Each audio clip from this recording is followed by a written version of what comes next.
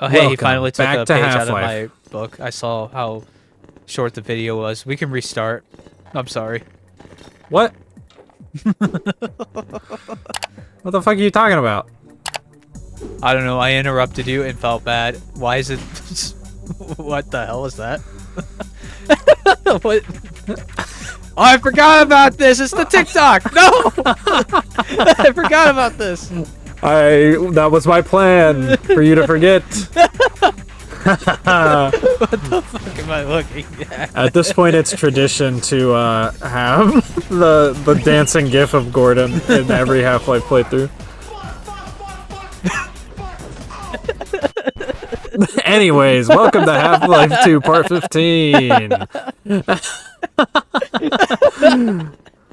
Based on a true story. Well, I'm sorry about that intro. Have fun. I could have just cut all that out, but it was hilarious. But no, this is a commentary. We're meant to talk over it, so it's fine. Oh, they all avoided that grenade. That's so sad. Yeah, I know. I want to jump off of a fucking Can you cook Citadel. grenades at all, or no? I don't think so, actually, in this game. How sad. Worst game Because I ever, think 0 out it of doesn't 10. start counting down until you throw it. So, Call of fuck Duty this better. thing. Use your gravity gun. I Stop should wasting your have. ammo. We get plenty of ammo in this game. It's fine. I felt like I was hurting for it a lot of times, but I suck at this game, so it's okay. You're the one wasting ammo. Probably. Evidently. Probably. Just hit your shots and you're good. I'm better at ammo conservation and Doom, okay? Shut up.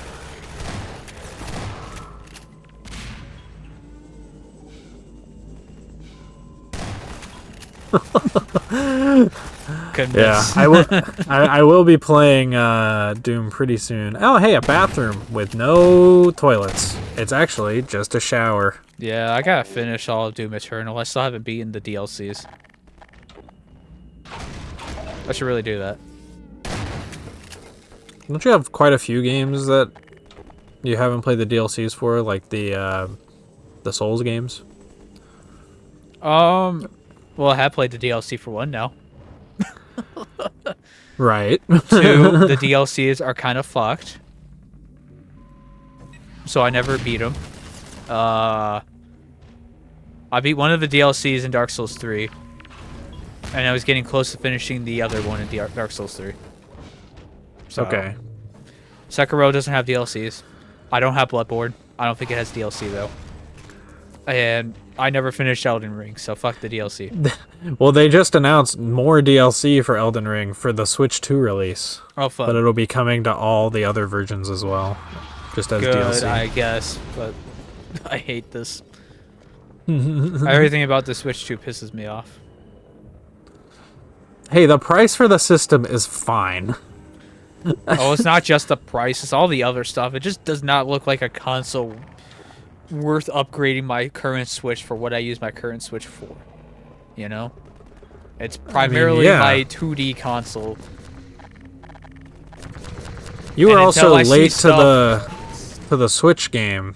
I was late. Relatively. So. I was late, and I'm going to be late to the Switch 2 game at this rate. It's fine. Don't need it. I want it just because Donkey Kong. Well, see, you at know. least have a reason. You have a game you want to play. I got nothing. Right. What, And like Bravely Sonic X Default? Shadow Generations is getting an upgraded version on the Switch too, so What, there's Bravely Default, but that's just an upgraded version. I don't know how different it's going to be because I have the 3DS version, so like I got that covered. I guess there's the GameCube stuff, which is Right. cool, but Wind Waker's not enough to make me spend $450. I'm sorry.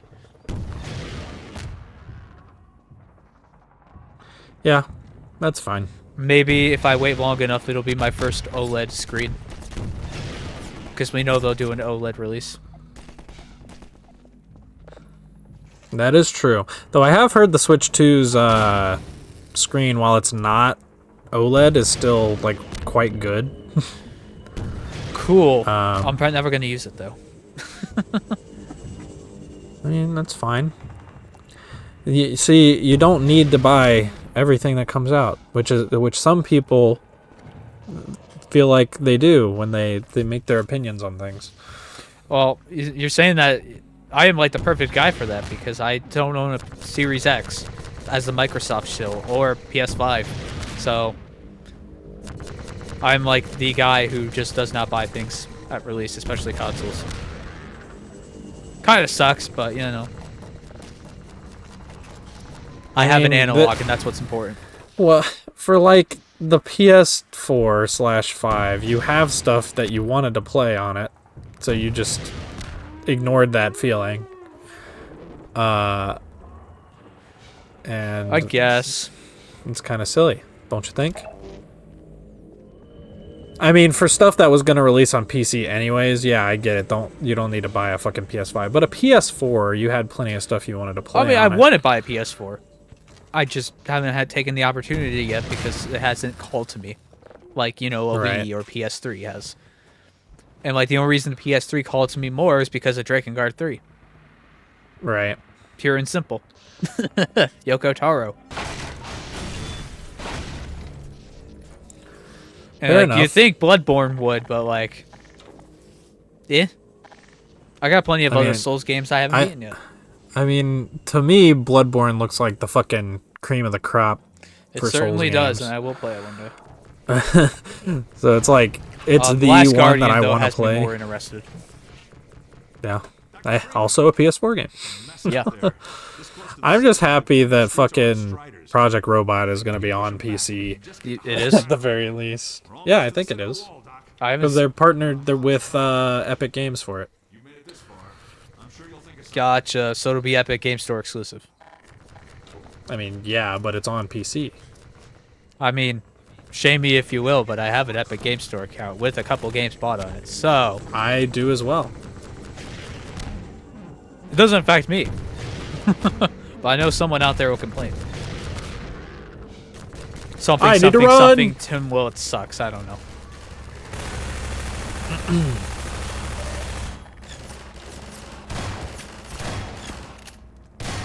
I'm just realizing this fucking section right here is fucking referenced in Alex.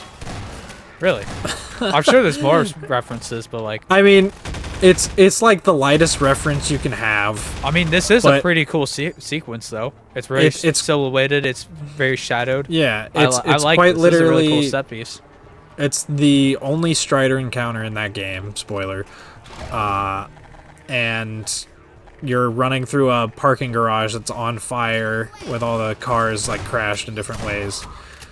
Fighting Combine as you're avoiding the Strider.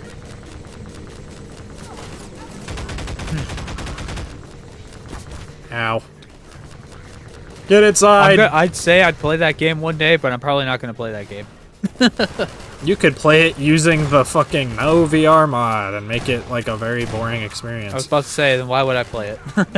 Yeah, that's what I'm saying. I'd rather just not play it. Oh, hey, another good song. Kind of, a little Terminator-like. I don't know, it gives me Terminator vibes. But I don't think much in Terminator actually sounds like this, or if anything. But I just think of Terminator, because Terminator is really bleak and the song's bleak. Yeah. Look at him go. Freeman, I'm coming with you. I respect Oh, him. shut up. Ah, shit! Run! Back inside! I think the Striders are cool, but like, man, their precision and the time it takes for them to start shooting you is way, way, way too low. No, they start shooting next to you, and then it slowly moves towards you. Yeah, but like most times you are... Don't worry about that. This game's from 2004. I know, but like, man, this game does so many things well. When you see the little things like that break, it's just like, oh, you were so close. Yeah. This section, or yeah, in this section, you're definitely meant to just avoid the Striders at all costs. You obviously you're not gonna fucking fight every single one of them. I think it should be that way the whole way through, personally. Well, yeah, in the previous section, you can just progress, and eventually the way that you need to go will open. You just need to hide yourself for a bit. I think maybe I'm just putting too many War of the Worlds vibes onto it, but I feel like they're the coolest when you can't actually do anything to them. But this is also a game that gives you a bit of that power fantasy, because like it does that with the helicopter as well. Gives you that means to fight it. I think so. Like I guess view that as you will, but I always think these kinds of things do it better, especially in a apocalyptic environment like this, when you can't defeat everything. You have to be a little more, tactical about it, hide from things. I think the main thing that they were going for with this game was kind of the power fantasy vibe to it. Because I don't know. I feel like I'd rather have that in something like Doom. Half-Life just doesn't feel like it should be a power fantasy to me, even though I'm sure that's what it was from the beginning. Well, no, like Half-Life 1, you're definitely meant to feel like you are woefully underprepared for the situation you're in. But in Half-Life 2, Gordon's now this fucking messiah figure to everyone. And you have all these like actual action movie-esque characters with significance to the story and dialogue and whatever. And it's meant to sort of make you, like, in a lot of ways, like, there's a lot of metaphorical shit with like free will in this game and stuff. Because it's like, oh, yeah, Gordon's the one free man. That's what, like, people call him and stuff. And he's, like, this godlike figure in the Half-Life world now. To the Rebellion, at least. Fuck! You should have made an edit with the only thing they fear is you playing. but, like, they have that stuff in there, but ultimately, like, with the game design and the fact that the G-Man has sent you on this fucking quest, you obviously have no real free will at all, and the hope of the Rebellion is just a farce. And I kind of like those kinds of themes that you can pull from this game. Yeah, too bad they're kind of ruined by the episodes, which kind of pull you out of it and make the Rebellion take it back into their own hands, which is cool. But I feel it's just less nuanced, Well, I mean, they take it back into their own hands, and the moment they do, Eli is murdered. And he's the leader of the Resistance. Yeah, so, but, like, I'd kill Eli if it meant defeating the G-Man. Yeah. Like, I'd shoot him in the head. What? I should stop talking now. I just kind of hope that this means that Eli will be like your main companion for the whatever they're working on, because it kind of seems like that's what they're setting up. And we know that originally in the original versions of Half-Life 3 or Half-Life 2 Episode 3 or whatever, Alex was going to be like a companion throughout. So, like, that's the thing people don't realize about Half-Life 3 is that Valve has been trying to make that game for a long time. And it keeps just, like, not working out because they don't have, like, some new innovation that they can really show off in a good way, because that's like a requirement for them, I guess, for these games. And I mean, I respect that. I just wish they wouldn't tie a story with cliffhangers to that. I mean, yeah, like at the time they made Episode 2, they were confident that they were going to release Episode 3. They were working on Episode 3 actively when Episode 2 came out. So, they just, what ended up happening was they took a back seat for Portal 2 to finish up. And that game was very successful. But then after that, they kind of like nobody really wanted to go back to Half-Life because they were so burnt out on it. Guys, Steam is doing really well. Everybody Steam. Everybody to Steam! Everybody to see. And yeah, that is a thing that Valve has now, is like the way they do employee evaluations. It's based on what did you work on that brought financial gain to Valve. So like that's why no one fucking works on Team Fortress 2, because that already makes infinite money for them. But if someone wanted to work on it and fix it up, they would get to their employee evaluation and Valve would be like, what'd you get? What did you work on that made us money? I mean, that's a fair way of running a business. It's just unfortunately not as not good for players. Is where it hits, Right. So it's but, like, I mean, they now see Half-Life as financially viable, and they have always been wanting to work on, like the people at Valve have been wanting to work on a new Half-Life game. And that's why they did Alex, because they weren't confident yet in calling something Half-Life 3. But after they made Alex and it was well received, and it still sold well despite being a VR game. Do you think Half-Life 3 will be VR? No, I don't think it will. Because there's a lot of factors that go into that, but if they're going to make a game where you're playing as Gordon Freeman again, they've always said that if you're going to be playing as Gordon Freeman, you need to be on a keyboard and mouse. You need to have the HEV suit. You need to have a crowbar. And that's like the requirements for a numbered Half-Life game, essentially. The suction looks like ass.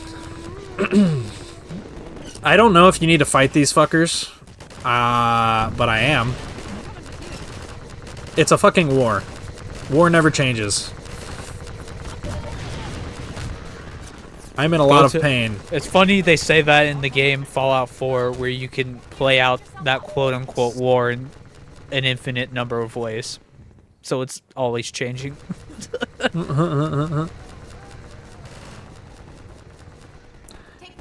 Thank you.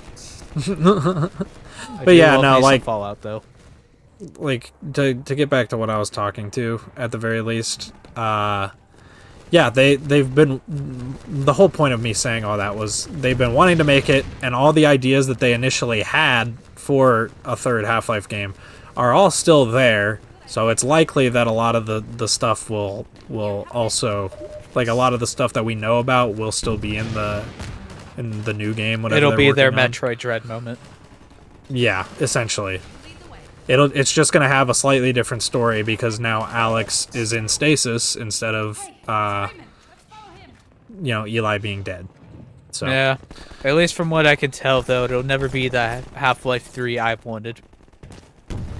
But that's okay because I'm not a Half-Life fan. So yeah, I was about to say, like you're not the biggest fan of the series. And that's okay. Like, I can definitely see Portal's why better. someone wouldn't like Half-Life. And I do think that Portal 1 is probably... Or Portal 1... Yeah, Portal 1 is probably one of the best games Valve has ever made, easily. It's probably better than most of the Half-Life games. I just prefer Half-Life. Refill your rockets. No! It's fine. I don't need them anymore. I did it. I saved the world. Right, guys? Get out of my way. Let me do my beam walking.